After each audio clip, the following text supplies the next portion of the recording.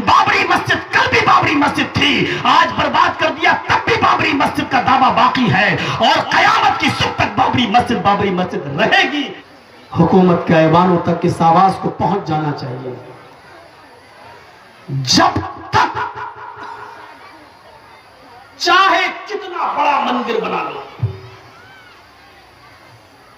लाखों नहीं करोड़ों और करोड़ों नहीं अरबों रुपया लगाकर उसको चाहे कितना खूबसूरत बना लो, लेकिन कयामत की सुबह तक अगर उस मंदिर में रामचंद्र जी की पूजा होगी तो कयामत की सुबह तक यह भी कहा जाता रहेगा कि अल्लाह के घर को इस जगह से शहीद किया गया था, अल्लाह के घर को डिस्ट्रॉय किया गया था, बुलडोजरों से उड़ाया गया था।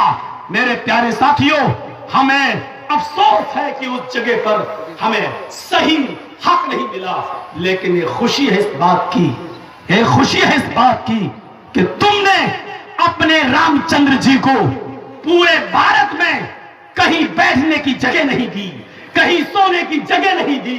अगर उनको लेटने, बैठने और सोने की जगह भी मिली तो हम मुसलमानों की मरहूरे मिल्लत है। तुम्हारे रामचंद्र जी जब सोएंगे तो मुसलमानों की विरासत में सोएंगे, अल्लाह के घर में सोएंगे, अल्लाह के घर में आराम करेंगे, अल्लाह के घर में खाएंगे और पिएंगे। उनको ये जमीन का टुकड़ा मिला तो मुसलमानों की मरहूरे मिन्नत है। मुझे नहीं मालूम कि इस तकरीर के बाद मेरा अंजाम क्या होगा, लेकिन सच्चाई यह है कि जब तक तुम रामचंद्र जी की पूजा करोगे उस मस्जिद का नाम तुम्हें लेना पड़ेगा, चाहे नफरत से लो या मोहब्बत से लो। उस घर को अल्लाह के घर से कोई जुदा नहीं कर सकता। खाने काबा में 360 बुत थे, तब भी वो अल्लाह का घर था। बुतों से साफ होने के बाद आज भी वो अल्लाह का घर है और कयामत की सुबह तक वो अल्लाह का घर रहेगा। बाबरी मस्जिद कल भी बाबरी मस्जिद थी, आज बर्बाद कर दिया तब भी बाबरी मस्जिद का दावा बाकी है और कयामत की सुबह तक बाबरी मस्जिद रहेगी और ये हमारा हक रहेगा। तुम उसको मानो या ना मानो, सुप्रीम कोर्ट का फैसला, उसका मैं इज्जत करता हूं, एहतराम करता हूं, लेकिन इस हिंदुस्तान के उन लोगों को मैं बधाई भी देता हूं। दोनों लोग हैं हमारे और यही हमारे हिंदुस्तान की खूबसूरती है।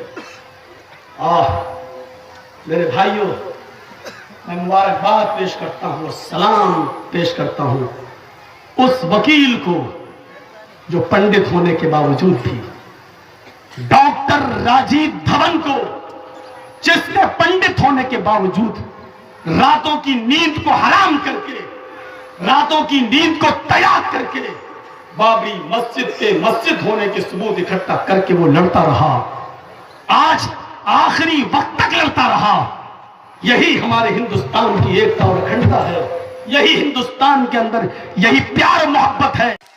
बाबरी मस्जिद के मकाम पर चाहे जितना भव्य मंदिर कायम हो जाए, इस मुल्क के इंसाफ पसंद लोग, इस मुल्क की अदलिया, इस मुल्क के सियासतदान, इस मुल्क की सिविल सोसाइटी एक बात याद रखे, बाबरी मस्जिद वहां 500 साल से थी। बाबरी मस्जिद के मलबे पे रामचंद्र जी आज बैठे हैं और मंदिर चाहे जितना बड़ा बन जाए, मस्जिद का दावा कायम रहेगा उस वक्त तक जब तक मस्जिद बन गई। 6 दिसंबर 1992 को बाबरी मस्जिद शहीद हुई। मैं इस मुल्क के मीडिया से, इस मुल्क के आरएसएस से, इस मुल्क के फिरका परस्त टोलों से, इस मुल्क के फिस्ताइयों से, इस मुल्क के हुक्मरानों से पूछना चाहता हूं, 6 दिसंबर 1992 को शाम को 5 बजे ऐलान हो जाने के बाद, मस्जिद की शहादत का ऐलान हो जाने के बाद, क्या मुसलमान सड़कों पे निकला था? हम नहीं निकले थे। हम अपने घरों में बैठे हुए थे। हम खौफ के आलम में थे, हम शौक के आलम में थे, हम सहमे हुए थे। हमको महसूस हो रहा था कि इस मुल्क के दस्तूर ने आखिरकार हमको शहीद कर डाला है।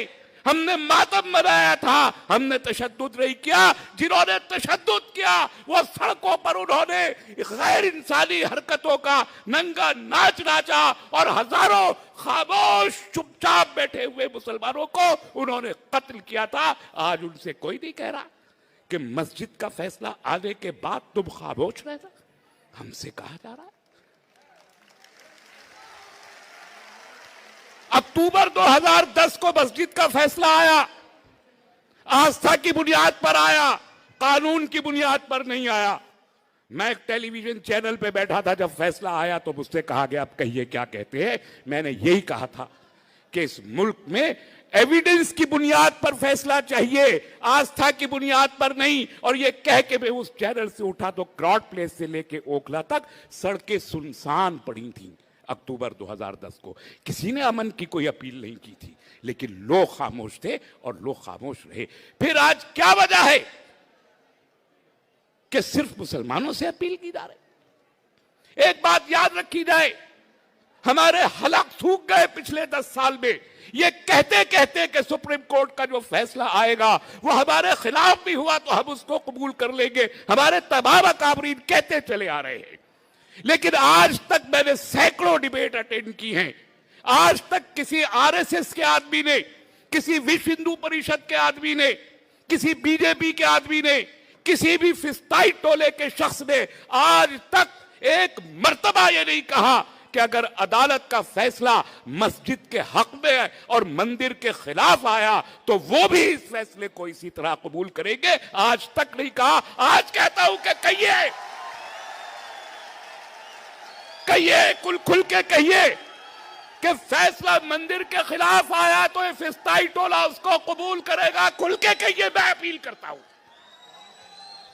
आप नहीं बोलना चाहते, हमसे बुलवाना चाहते हैं। मैं साफ कहना चाहता हूं, फैसला जो भी आए, कहा जा रहा है कि अदालत के फैसले का, अदालत सुप्रीम कोर्ट इस मुल्क की सबसे बड़ी अदालत है, फैसला आएगा मानेंगे।